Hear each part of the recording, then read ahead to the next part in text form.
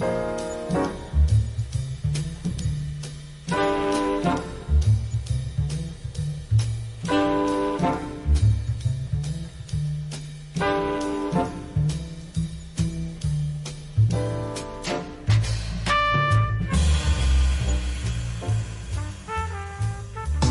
New Yorkers, we like things fast. And when it comes to COVID-19, it's all about acting fast. Acting fast to get tested and treatment if you have COVID-19 symptoms. Treatment works best the sooner you start and can help you avoid serious illness. So act fast, especially if you're over 65 or have pre-existing conditions. Call your healthcare provider or 212-COVID-19 for testing and treatment options. And remember, COVID-19 vaccines are still the best protection against serious illness from the virus. Visit nyc.gov/vaccine finder today. That message brought to you by the New York City Department of Health. This is WBAI New York. Yes, indeed it is. 99.5 FM, streaming at WBAI.org, 8 p.m. Time now for Housing Notebook with Scott Sommer.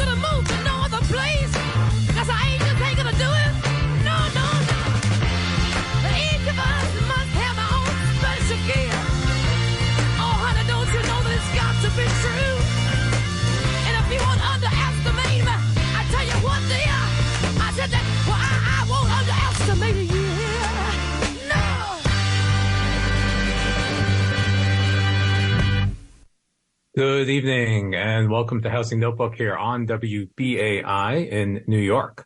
My name is Scott Sommer. I'm with the Metropolitan Council on Housing, New York City's oldest tenant union. If you need help with a housing problem, give Met Council a call at 212-979-0611. That's 212-979-0611, Monday or Wednesday from 1:30 to 8 p.m. and Tuesday from 5:30 to 8 p.m., Fridays from 1:30 to 5 p.m. Once again, that is Monday and Wednesday from 1:30 to 8 p.m., Tuesday from 5:30 to 8 p.m., and Fridays from 1:30 to 5 p.m. And we'll get you involved in the struggle for decent affordable housing, help you organize a tenant association in your building, get you up to Albany, which we'll be doing a fair amount of this year, and out to City Hall and other places around town as we fight for a more rational and sane housing policy to protect tenants, develop affordable housing, and to save our city.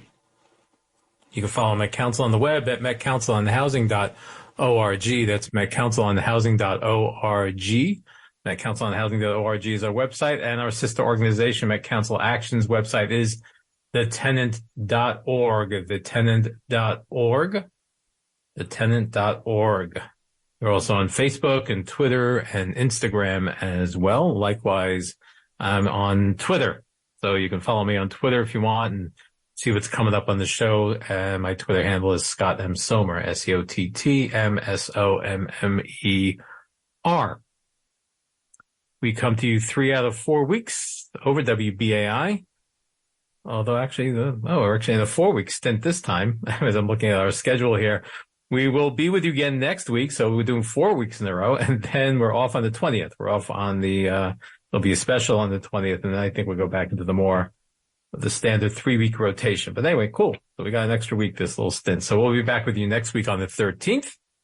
I guess we'll have to do my annual playing of Love Stinks for Valentine's Day. But that is, we'll be with you next Monday as well. Then we'll be off on the 20th. So mark your calendars if you want. If you ever missed a show, you can always go to WBAI.org. That's WBAI.org, where we stream, and you can stream live. And we also save our programs there if you want to hear them. If you miss one, you want to download it or something like that, if you want to send it to friends to listen to, go to the archive of previously aired broadcasts, search for Housing Notebook, and you can find our shows. They're there for about, I think, 90 days before they come down. So do that as well.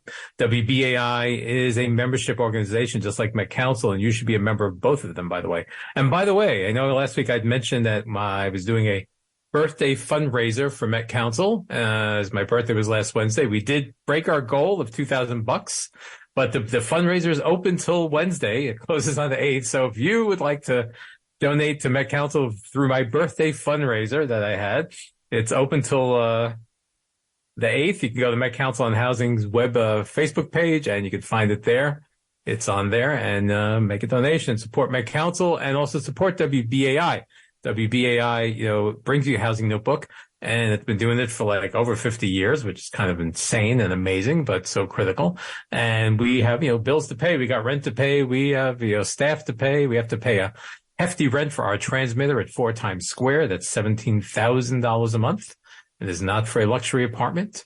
It is for a little room. So, support WBAI, become a member of WBAI at WBAI.org, or give to WBAI. It doesn't matter whether you type out the word 2 or put the number 2 in.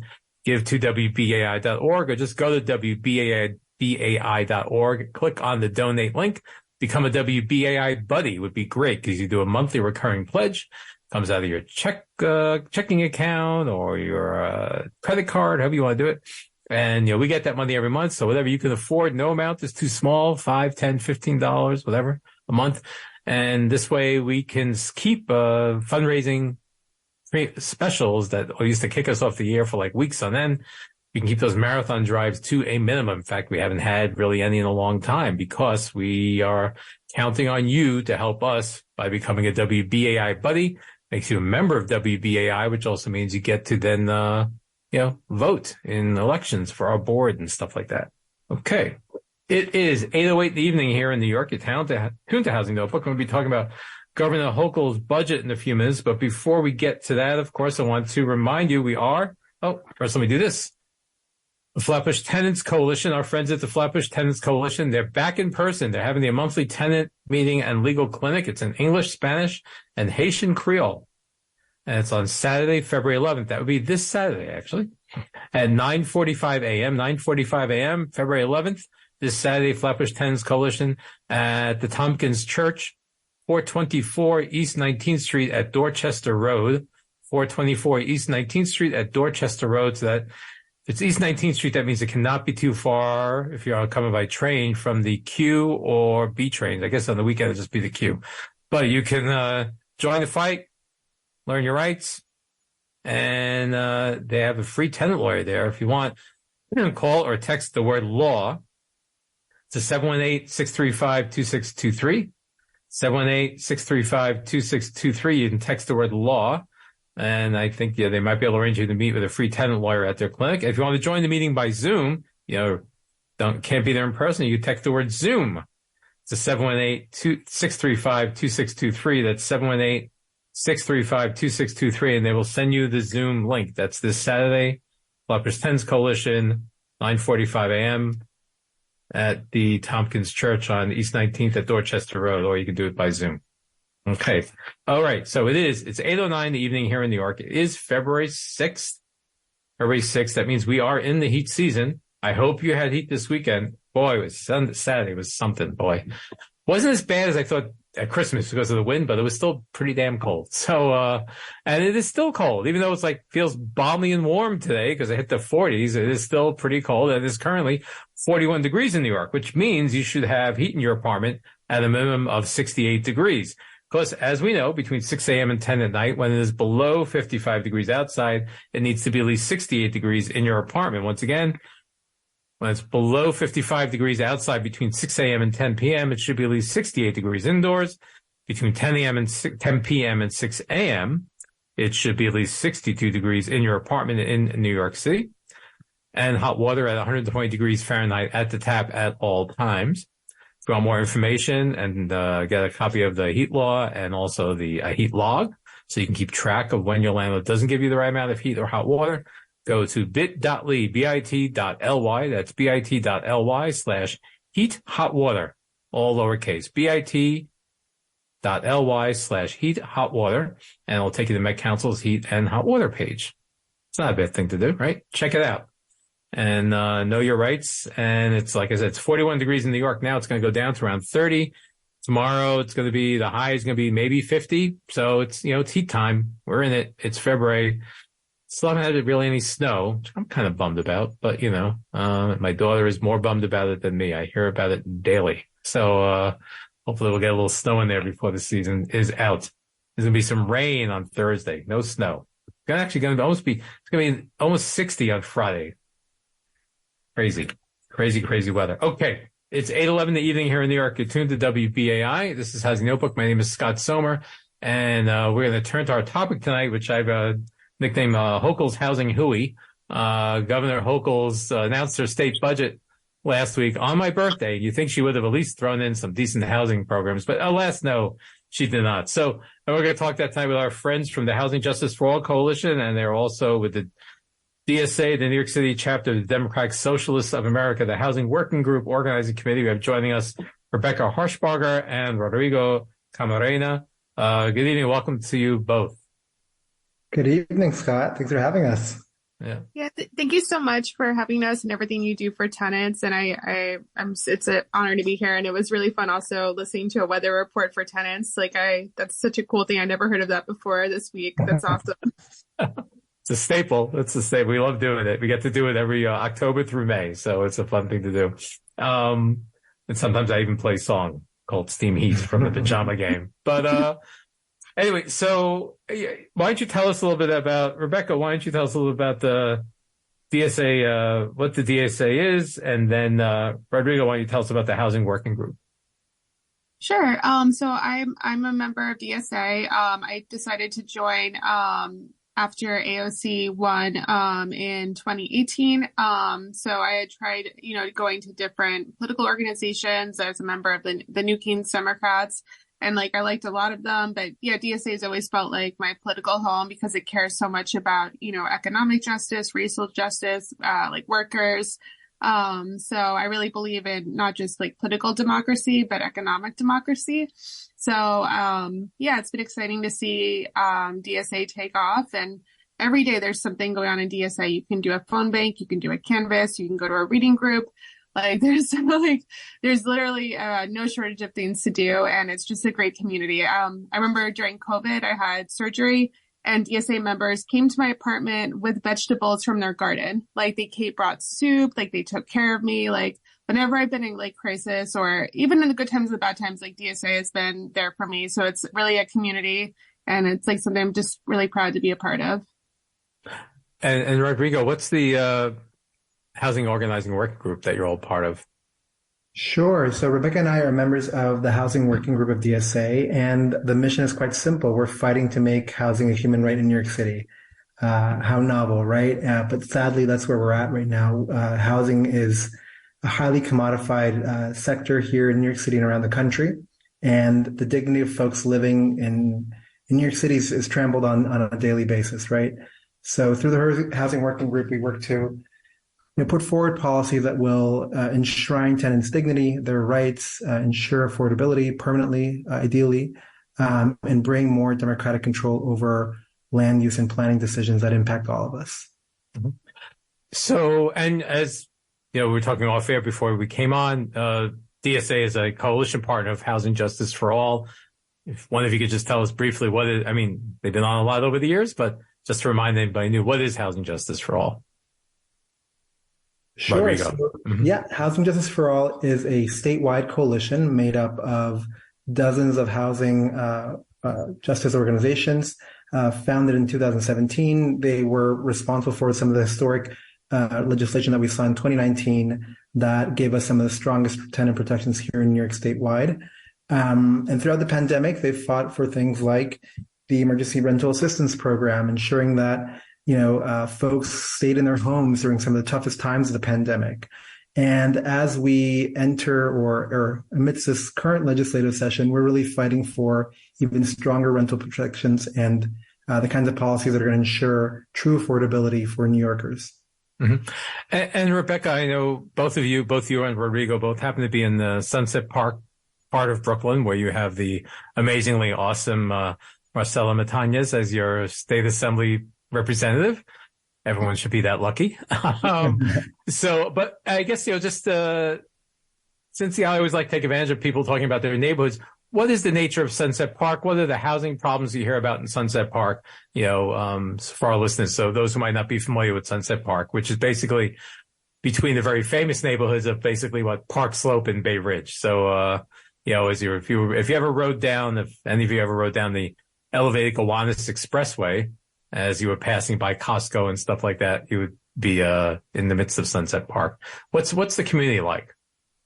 I moved here in 2008, and it's just like the most amazing community. It's super vibrant. It's Latino, it's Asian, it's very like multiracial, very like working class immigrant neighborhood. A lot of immigrant families that own their own homes.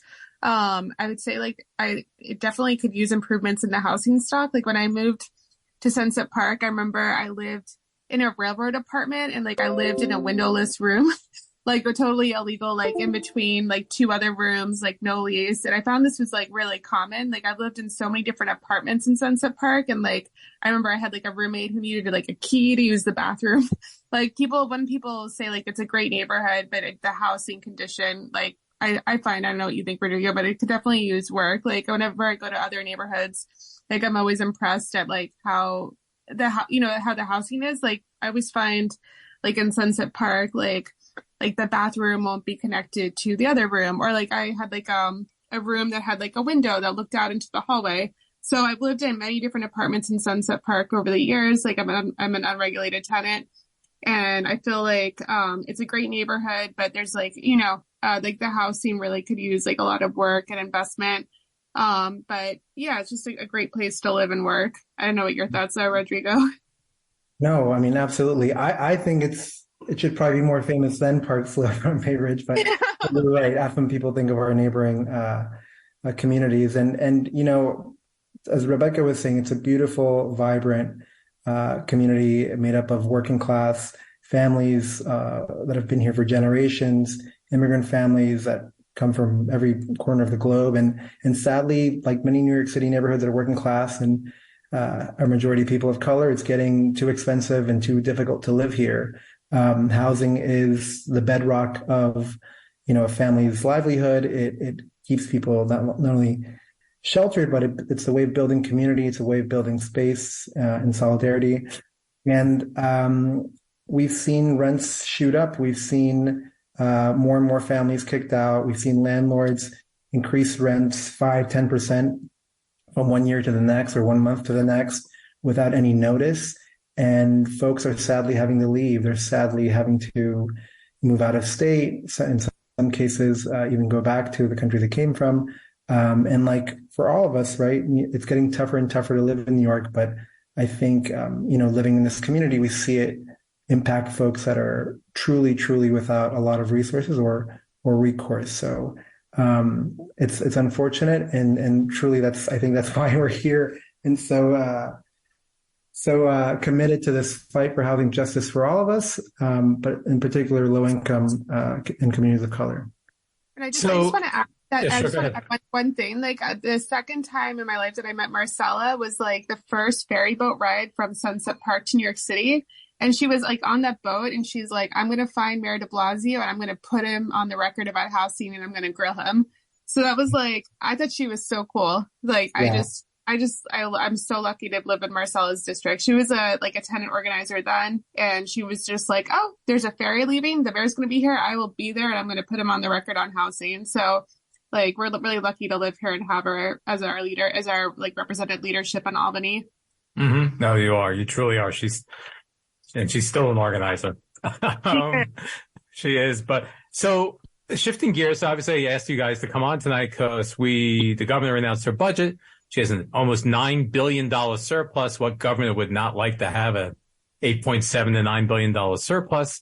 Which means one would think one could do really wonderful things with that much money, and, programs and stuff. And so I'm just going to give you some highlights here on the governor's housing. This is from her announcement on her housing budget. $250 million for infrastructure upgrades to support local housing growth, $20 million for planned and technical assistance to support local rezoning, $15 million for a statewide data collection effort. I don't know what data they want to collect. We could tell them people can't afford their rent. $4 million to create a new housing planning office within the Homes and Community Renewal Agency. $39.8 million to reduce lead exposure in rental properties outside of New York City, which was important. $20 million in assistance to property owners for building remediation. $50 million for the creation of a statewide homeowner stabilization fund for repairs in communities with high concentration of low-income homeowners of color. Also admirable. Extending the 421A deadline to 2030. The tax pilot, even though that it hasn't been renewed, it actually had a period where it could run out for existing projects. She wants to make that even longer. And also to expand the tenant protection unit. What's missing from this? Tenants. I mean, we heard time after time the words homeowner, landlord, developer. At the end, I heard tenant protection unit, but we're missing real protections for tenants that are living in New York right now.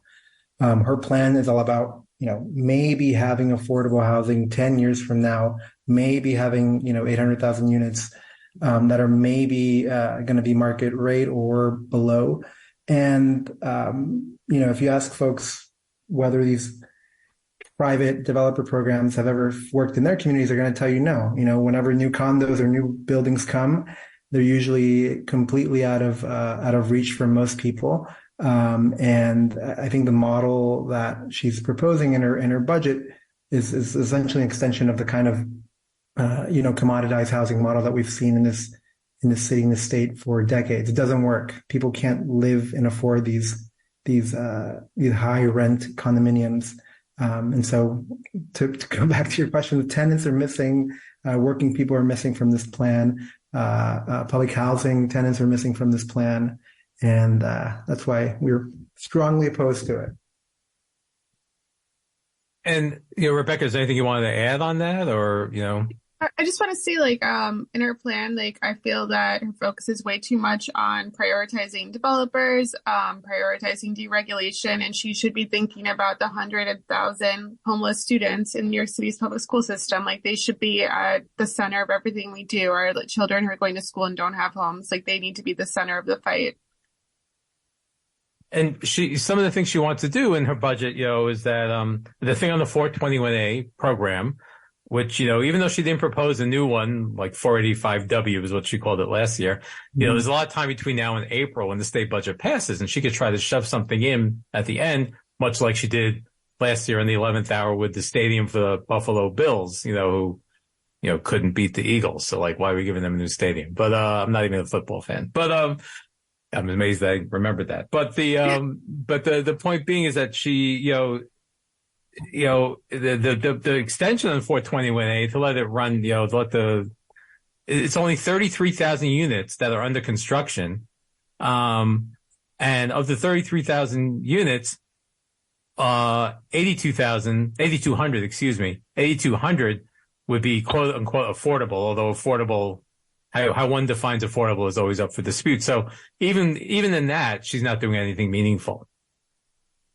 No, absolutely. The 421A plan is this huge developer giveaway. It's the comptroller came out with a report last year that showed that even the most affordable of the apartments that are built under that program cost taxpayers $1.4 million to build, and that's the most affordable. I mean, surely we can build cheaper. So it's a publicly funded tax exemption that goes straight to developers' pockets. It's inefficient, and it's not going to get us to the kind of housing stock that we need in the city and in the state. Mm-hmm. She was in Syracuse. I don't know if you guys saw this. I caught this before I was coming on the air. She was in Syracuse today pushing her housing program. In fact, she even posted some video on Twitter. I didn't have time to watch, but I was reading a news report, and she was talking about, they're trying to turn upstate New York into like a chip and semiconductor hub, which is great because the upstate economy is in desperate need of jobs, because of the loss of all the manufacturing, because of, NAFTA and normal trade relations with China and other things. So she's trying to get work that up there, which is admirable. And she's talking about the need for housing because there's need housing. But she said, this is the thing I find with her is that there's never any details on anything.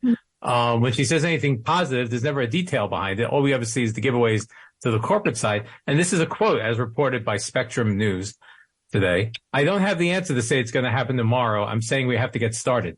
You're the governor. You're supposed to have the answers. You got elected to have answers. You weren't elected to pose questions. People pose questions. The citizens can pose the questions. You have to come up with the answers. I mean, that's what seems very frustrating in everything she does. That's right. And I think, look, we should think long term. We should plan for the future. But obviously, as governor, you have the resources to impact people now, today. And even if you make plans for the long term, you need to be clear about where, just how things are going to come together. So I think this is a plan that, looks great and splashy on a headline. But when you look at the meat of it and you try to undo the components of it, you start really questioning how sound it is. So it's a classic politician's trick. So, Rebecca, I want to ask if you would want to jump in about what is like one of the main goals in this budget season, housing justice for all and all its constituent groups, which include TSA, Council on Housing, and other housing groups throughout the state, the Upstate Downstate Housing Alliance. What's like one of the main goals during budget season? Because even though people think budget is just about the budget stuff, so much more happens during budget. It's not just the budget. So what are some of the priorities for housing justice for all?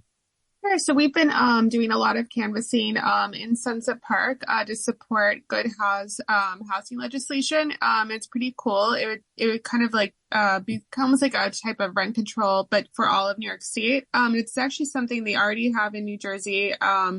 It's not, we wouldn't be like the first in the nation. It's a pretty like reasonable proposal, but basically for unregulated tenants, it would limit your rent increases to like a reasonable amount every year, about I think that's like about 5%, and either that or sorry Rodrigo, 3%. And if the landlord has to hike the rent greater than 3%, they would have to prove, for instance, if they did significant work on the apartment, they would have to prove it to a judge. So it'd give tenants, like greater stability, and stop people from facing these rent hikes where they're being asked to pay like $700, or $500 more when they renew their leases, and it would give them the opportunity to renew their lease. It's actually even more generous than 3%. It's actually the good cause eviction protections. What we're talking about, it's 3% or 150% of the consumer price index, which by today's standards, we're running it's around 7% inflation, could give a 10% increase or like 10.5% increase to a landlord. So it's not, and I think it's important to point these things out because it's the real estate board runs around saying, they're trying to shove rent control down everyone's throat and blah, blah. It's going to kill the small 3-family homeowner, that kind of thing. And it's not that. I mean, a 10% rent increase in this climate is quite a generous increase. And that would be and actually, even if one wanted, as you said, if one wanted to get more than 10%, the tenant would be able to challenge it. But the presumption is that the landlord could still prove that they're entitled to it. So as opposed to like when the rent guidelines board says a guideline, that's the guideline. So, and then I will say also that it would, like across the state, it would protect 1.6 million New York households. So it would, provide some stability and relief to, 1.6 million New York households. So it is like something that we care about and we're fighting for. And I do think it would be, very stabilizing and we can build on it. Mm-hmm. And for our downstate listeners, they should know, even though with all the rent control and rent stabilization and Section 8 and public housing in New York City in the 5 boroughs, about 800,000 units in the 5 boroughs, the bulk of them, I think, in Brooklyn, would benefit from the good cause eviction law. Both of you would, Frank. You're both deregulated tenants. Mm-hmm. Mm-hmm. And I think much of the housing stock, Rodrigo, in Sunset Park is deregulated, right? It is. A lot of it is. And I think that's what, people are forgetting. New York has and has had historically amazingly, supportive housing policies. The Rent Stabilization Act that created all the rent stabilized housing that we have in New York. So that has sadly been decreasing over the years. Almost 2 million people live in that rent stabilized housing stock. So the good cause eviction protection law would extend, protections that are akin to those currently enjoyed by rent stabilized tenants. So I think if you're interested in keeping New York City affordable, if you're interested in ensuring that working class families stay in their homes, and you're not thinking 10 years from now, you're thinking protections now, getting good cause eviction protections passed in this legislative session should be your priority. And I'll just say also that we're going to be canvassing on Saturday. And so even though our assembly member is great, Marcella is wonderful on this, our state senator, Andrew Gennardis, is not supporting this. So we're phone banking, we're canvassing because of redistricting. Gennardis is a large part of the district now. So right now the bill, I believe, is in the Judiciary Committee. So we're trying to, let him hear the voice of tenants and provide much needed relief to tenants. So our focus right now is on our state senator. And not only is he not supporting it, he actually initially was on the bill and took his name off.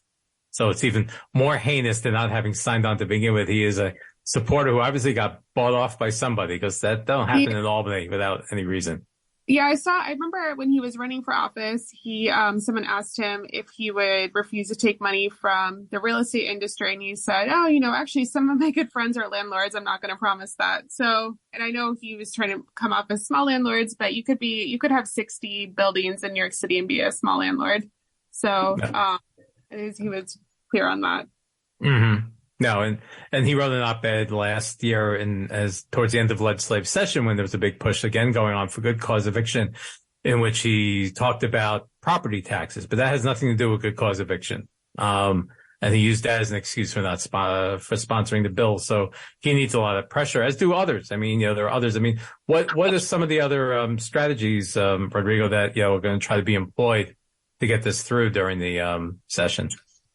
Yeah, well, we are very close, but we really need to mobilize a lot of tenants. We need to mobilize New Yorkers around the state.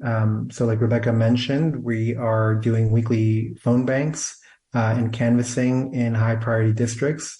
We can let folks get involved or tell folks how to get involved, maybe at the end of the program, or now you can go to housingjusticeforall.org and sign up for the newsletter.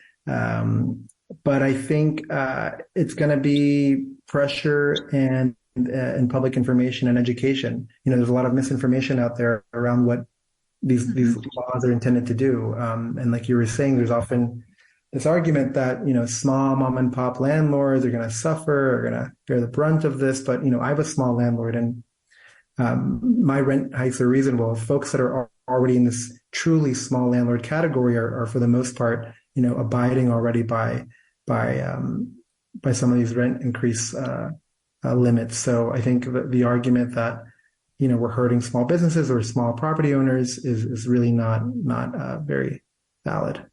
Mm-hmm. And what about there is obviously the pressure on Gennardis, and obviously there needs to be others, but has the governor said anything about good cause eviction?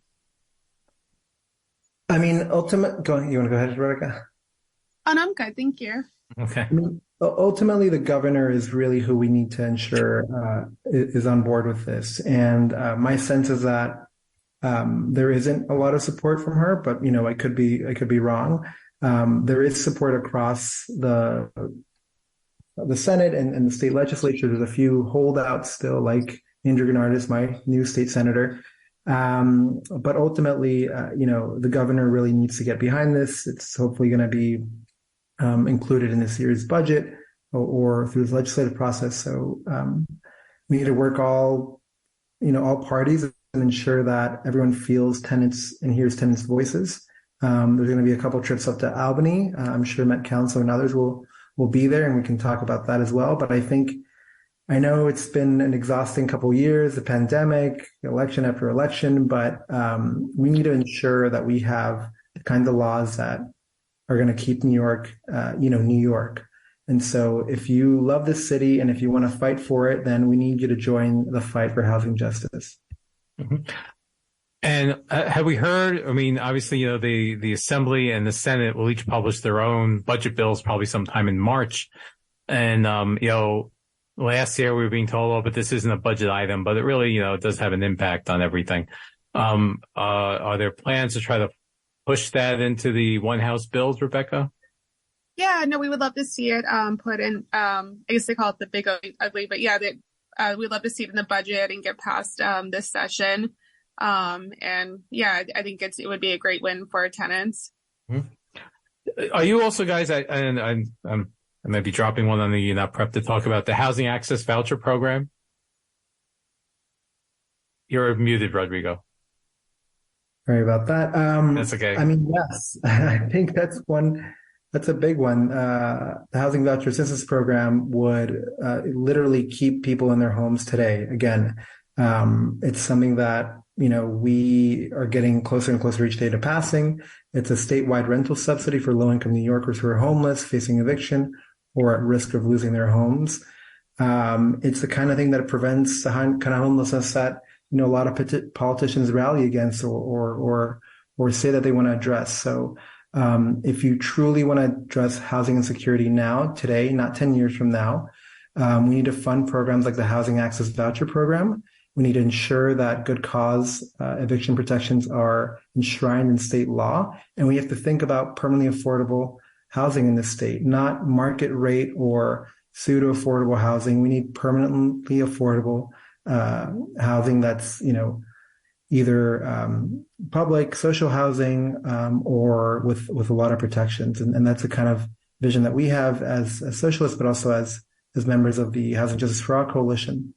Mm-hmm. And Rebecca, the governor did not include good cause or the housing access voucher program in their budget, correct? No, yeah, not that I saw. No, she left those things out. She, obviously only, as we said earlier at the top, she only talked about money for developers and she's getting pushback from the suburbs, that she's telling suburbs they have to develop more housing. But she's not requiring them to develop it in an affordable manner. She's also lifting restrictions on zoning, which, would obviously, change the nature of neighborhoods as well. So, there's a lot of work that we have cut out here. So I know you guys have a bunch of things planned. Are there any, things you want to announce? Any websites or phone numbers people should be calling or social media they should be checking out? Yeah. So on February 14th, it's the Right to Counsel Lobby Day. We love tenants. So we're going to be going up to Albany to support lawyers who could help tenants if they're facing eviction. And then Housing Justice for All is having like a big Albany day on March 14th. And I know the link is a little hard, but it's hj4a.org/March 14th. So that's a big Housing Justice for All Albany day just to support the housing platform. And we have a meeting, actually, if you want to join the New York City DSA Housing Working Group this Thursday, February 9th at 7 p.m. Come to our monthly meeting. Come learn how to get involved. It's at the DSA office in downtown, or in Chinatown, actually, at 14 Justice Fight right away. Like I mentioned, you should join the Housing Justice for All newsletter. Sign up at housingjusticeforall, spelled out, .org. And you can follow the New York City DSA Housing Working Group at NYC_DSA_housing on both Twitter. Great information. And that's basically, I keep up with most of this stuff because people update their Twitter and their Instagram much faster than they do their websites. So, it is a great way to just sign up and follow, Housing Justice for All, Met Council, all these great things. And as Rebecca said, there's a trip to Albany on, Valentine's, legal services lawyer myself, right? Yeah, we love tenants and lawyers. And the right to counsel, it's a critical need. The government is not supporting that either. And we know there are hundreds if they're entitled to them under some of the laws that have been passed in the city and around the state. So that's an important one on the 14th up in Albany. And then March 14th in Albany is a big tenant lobby day. That's basically 2 weeks before the state budget is due. And that's when, things really start coming together because they always like to have an on-time budget for April 1st or as close to it as they can. And they probably will want to be very close to April 1st because the Passover Easter holiday starts a few days later. So, and they're not going to want to be there for that. So, we got to take advantage of everything you can on the calendar to make them do their job. So, as opposed to kicking the can down the road. I want to thank you both for taking the time. It was great to have you. Go ahead. You got anything else? Go for it. Yeah. I mean, Scott, we have to ask folks to please call Senator Andrew Gennardis. If you live, I believe you live in his district. You're in Carroll Gardens or Borum Hill. If you're in Park Slope, if you're in Sunset Park, Bay Ridge, this is your new senator. And I think he'd love to hear from you and your stance on housing justice. So give him a call. You can call him at his district office. I'll give you the number right now. It's 718-238-6044. That's 718-238-6044. Or you can call him in Albany. His number is 518-455-3270. And we really need folks' help doing this week because there's a really important vote that's going to come next Tuesday. And I just wanted to add that I was talking to a homeowner and I was phone banking and he was just like, patch me through to Andrew Gennardis. Like, I want this bill. So it's not just tenants, like people who own their homes. Nobody wants to see their neighbors displaced, and every call helps. You could be a tenant, homeowner. If you care about your fellow New Yorkers, you should give your state senator a call. Mm-hmm. And that homeowner you're speaking to may very well have friends and family relatives who live in other people's homes and they're deregulated. So it's, looking for the greater good. So if it's like, Cobble Hill, Carroll Gardens, Sunset Park, all the way on down towards Bay Ridge, that corridor straight down there. Andrew Gennardis is now your guy. So you can call him at 718-238-6044. That's 718-238-6044 or 518-455-3270. Or you can also just hound the heck out of him on social media too. He's very active, or they like to post a lot of things about all the great stuff he's doing. And I always like to answer them about good cause eviction. So, but once again, Rebecca Harshbarger, Rodrigo Camarena from DSA, the Housing Working Group. So great to have you. And please, keep us apprised of what's going on and come back soon. Thank you so much. We really appreciate it. Anytime. Thank you so much. I'm going to become a WBI buddy and I'm going to donate to Met Council because you all do such great work. Agreed. Thank you so much. Take care. Be well. Yeah, bye. Thank you. Bye. And you're tuned to Housing Notebook here on WBAI in New York. My name is Scott Sommer. We're going to have time for your phone calls in a little bit. If you want to phone in, you can comments or questions, need help with a housing problem. You can call us at 212-209-2877. That's 212-209-2877. We'll have time for phone calls tonight. We haven't done that in a while. We're going to have some time for phone calls tonight at 212-209-2877, 212-209-2877. Comments, questions, need help with a housing problem. Are you a deregulated tenant that needs good cause eviction? Have you been subjected to some really egregious rent increase? And give us a call. 212-209-2877. Something else you want to talk about? Housing related? Give us a call. 212-209-2877. We're going to do that right after we listen to the Grammys new, the winner of the New Artist of the Year award, mainly because one, she's great, and two, she's from the Bronx. So how can we not? Samara Joy.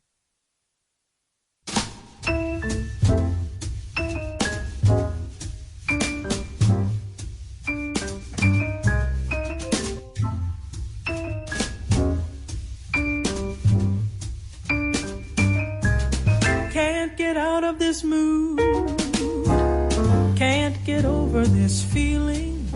Just get out of this mood. Last night your lips were too appealing, and the thrill should have been all gone by today in the usual way.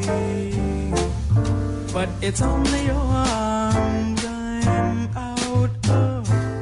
Can't get out of this dream. What a fool to dream of you. 'Twasn't part of my scheme to sigh and tell you that I love you.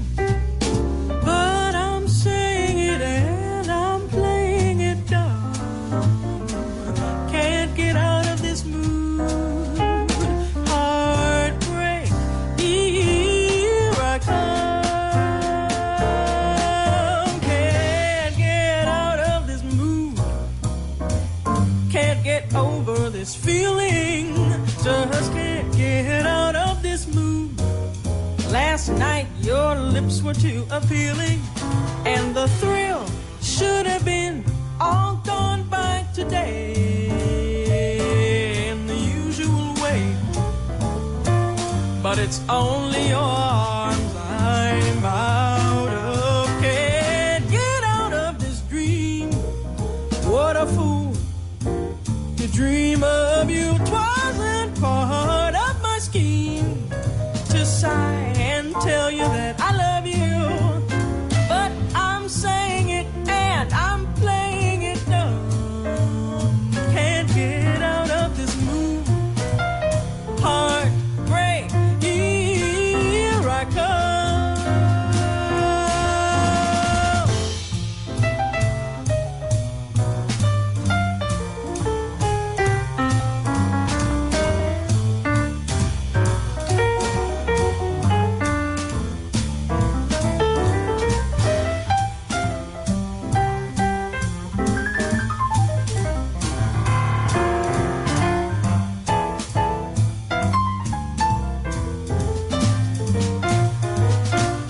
Can't get out of this dream.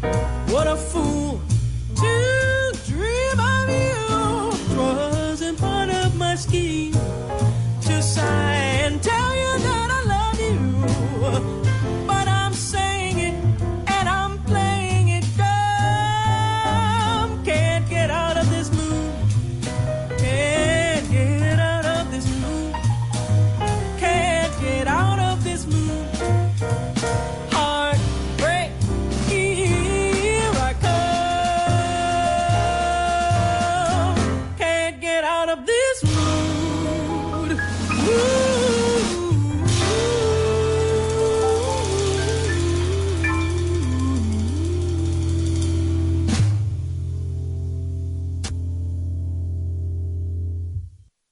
The Grammy New Artist of the Year, Samara Joy from the Bronx, graduate of the SUNY Purchase Jazz Program, which is like a big deal program. And that was Can't Get Out of This Mood, Frank Lesser and Jimmy McHugh tune. And God, it's just like you hear Sarah Vaughan in there. Sarah Vaughan coming back through this woman. Awesome. Just amazing. She's 23. What a voice. Anyway, I know we have more important things, but we need to nourish the soul. 212-209-2877. We got some calls coming in at 9 o'clock. We got a special. No Arrow of the Wolf tonight, but I'm sure Brother Freund will be back next week. 212-209-2877. Let's take the first call. Hello, you're on Housing Notebook. Yeah, hi, Scott. When I called you 2 weeks ago, I made a suggestion that a way to address the housing crisis would be to change the code on trailers, change the code on like mini houses in New York City, so people could kind of access this alternative way of living and get away from this, circle of landlords overcharging people. And you were very lukewarm on that. But I'm going to say that I think good cause eviction is kind of a complete scam, and that's because if you go to housing court in New York City now. Yeah, go ahead. Are you there? Oh, the perils of answering the phone while somebody's talking. I cut him off. Sorry. Oh, sorry. Call back. Let's, thank you, Mac. Let's go to the next call. Hello, you're on Housing Notebook. Hi, is the caller there? Hello? Hi, you're on the air. It's my turn. Is that correct? Yes, you're on the radio right now. Yes, if your radio's on in your apartment, turn it off. Hi, good evening. I have a friend, and she's in her 80s, and she has a serious problem with clutter, and the landlord is looking to evict her, and she has a court date, I think, like March 6th, and people that promised to help her are not available, and I don't know how to help her. And do you have any suggestions? Sure. Is this a rent-stabilized apartment or rent-regulated? I think she gets scree. Okay, then she's probably rent-stabilized or rent-controlled. What borough is she in? It's Astoria. Astoria. She's in Queens. She's a senior citizen? She's in her 80s. Okay, and I would recommend that you have to contact legal aid or legal services. Is this the first court date for her? She said the lawyer came out to her house and he told her she has to get rid of all the clutter. But like I said before, people promise to help her, but when the time comes, they're not available. Is this like a legal aid or legal services? Is this a legal aid or legal services lawyer? I don't know. That I don't know. Well, I mean, because the thing is, there have been. I used to have some of these cases, and obviously people would help you, but also you sometimes would try to access services through various charities who could help bring people in to help remove the clutter. That's the thing. She probably needs. It's frankly, it's a mental illness. I mean, I don't know the person, but I'm just, I'm not diagnosing her. But a lot of times people have all this clutter. You know what happened?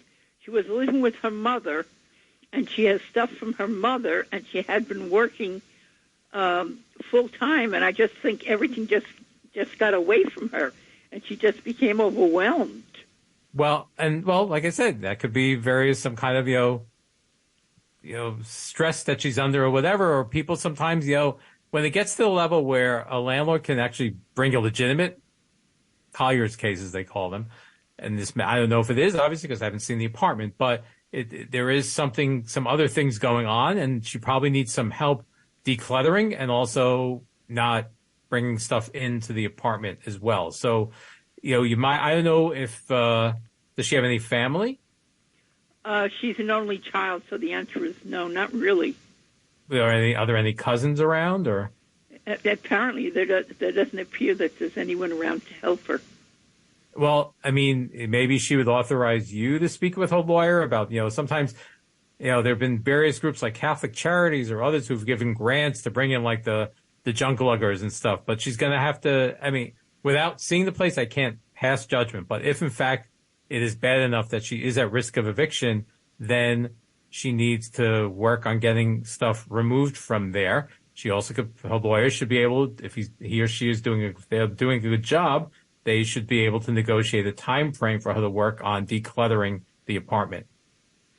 They have that, but I'm just saying. Well, what's the deadline? She put stuff into storage, but okay. What's the deadline on having to declutter the apartment? Is there is there an agreed upon deadline, or is it just a court date to see what things are going on? I'm not sure. She just mentioned March 6th, so I don't know. Okay, well, I don't know if that's I don't know. Right. Okay. No, I appreciate you calling. I'm just saying, I don't know if she's involved in any community group or a house of worship or a clergy that could help her, but she obviously needs some help. She told me she got in touch with the Knights of Columbus, but apparently they're not doing anything to help her. Okay. But obviously the people who make up her community need to come together and plan with her lawyer. She needs to authorize her lawyer to speak to you guys, figure out a plan on how to get stuff out. And her lawyer should, if a lawyer is a skilled lawyer, her lawyer should know the agencies or the nonprofits that might be willing to help her declutter this place, either through putting things in storage or through throwing stuff out. Besides Catholic Charities, what agency could I get in touch with besides them? I don't know what's necessarily available in Queens. There's also and I'm reluctant to go there. There's the city agencies that protect older adults, but I don't want, that's always a risk. There's a risk element in that. That's why her lawyer should really be on top of helping her with this. And how about JASA? Do you think that's another possibility. I don't know if they do this, but that's another possibility. So in other words, but I need to go because we're almost out of time. All right, so I need to call Catholic Charities and Just and see. And anyway, I appreciate your taking the time to speak to me. No, I know it's a serious matter, but also you need to get her to let you talk to her lawyer, and you need to press the lawyer on him doing or her or they doing more to coordinate what, agencies or services could be leveraged either through protective services for adults or other agencies that can potentially help her declutter this place. She's an 82-year-old woman with a rent-stabilized apartment. She can't be made homeless, period. All right, and also the judge can't throw her out. Well, the judge could throw her out at the end of the day. That's the thing. I'm sure the judge is going to be very reluctant to do so, but, there needs to be some kind of plan put together to effectively get the apartment to a state where it's not, overly cluttered, if in fact listen, I'm not going to keep you. I know you're busy. I actually have to make room for the next program. That's the problem. So. All right. Listen, have a nice evening. And again, thank you so much for your time. Thank you. And call back if you need more. Okay? Yeah. Yes. Good night. Good night. All right. So I know we're leaving a lot of calls on the line there today, but when I hear these Collier cases involving seniors in their 80s, I always want to take as much time as I can, and thank God she has this friend who's trying to help her. So we're out of time this week, but we'll be back next week. If you need help with a housing problem, give McCounsel a call, 212-979-0611. That's 212-979-0611. Check us out on the web, McCounselonhousing.org, thetenant.org, Instagram, Twitter. You follow me on Twitter as well, at Scott M. Sommer. And stay warm, be well, keep on fighting. See you next Monday night. Take it away, Max.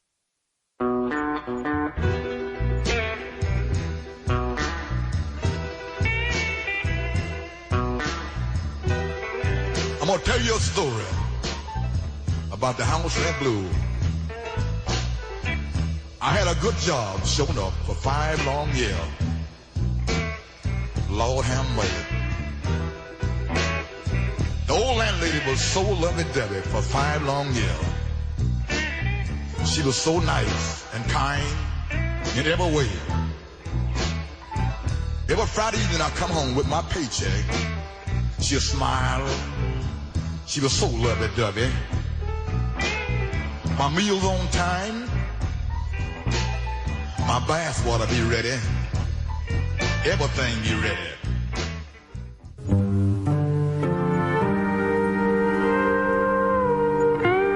This is Mike Sargent with This Day in Racial Injustice. On this day, February 6th, back in 1902, Thomas Brown, a 19-year-old black man, was lynched by a white mob in Kentucky. Brown was accused of assaulting a white woman, but never had a chance to stand his trial. This was a time of deep racial hostility in the Southern society. It often focused suspicion on black communities after a crime was alleged or discovered, whether evidence supported that suspicion or not. Almost 25% of all lynchings involved allegations of inappropriate behavior between a black man and a white woman, which would be characterized as assault or sexual assault. The mere accusation of sexual impropriety regularly aroused violent mobs and ended in lynching. And allegations against black people were rarely subject to scrutiny. On the night of the lynching, a mob of 200 white men assembled at the jail in Nicholasville, Kentucky. They seized Thomas Brown from police. They hung him from a tree in front of the Jessamine County Courthouse. News reports identified the young woman's brother as a leader of the mob, but no one was ever prosecuted for Thomas Brown's murder. Authorities concluded that he met death by strangulation at the hands of parties unknown. During this time, it was common for lynch mobs to include prominent community members and for the local press and police to help conceal lynchers' identities to ensure that no one was punished or held accountable. And a newspaper headline at the time read, "Women cheer, mobs work." This has been This Day, February 6th in Racial Injustice from the Equal Justice Initiative, and this is listener-sponsored WBAI in New York.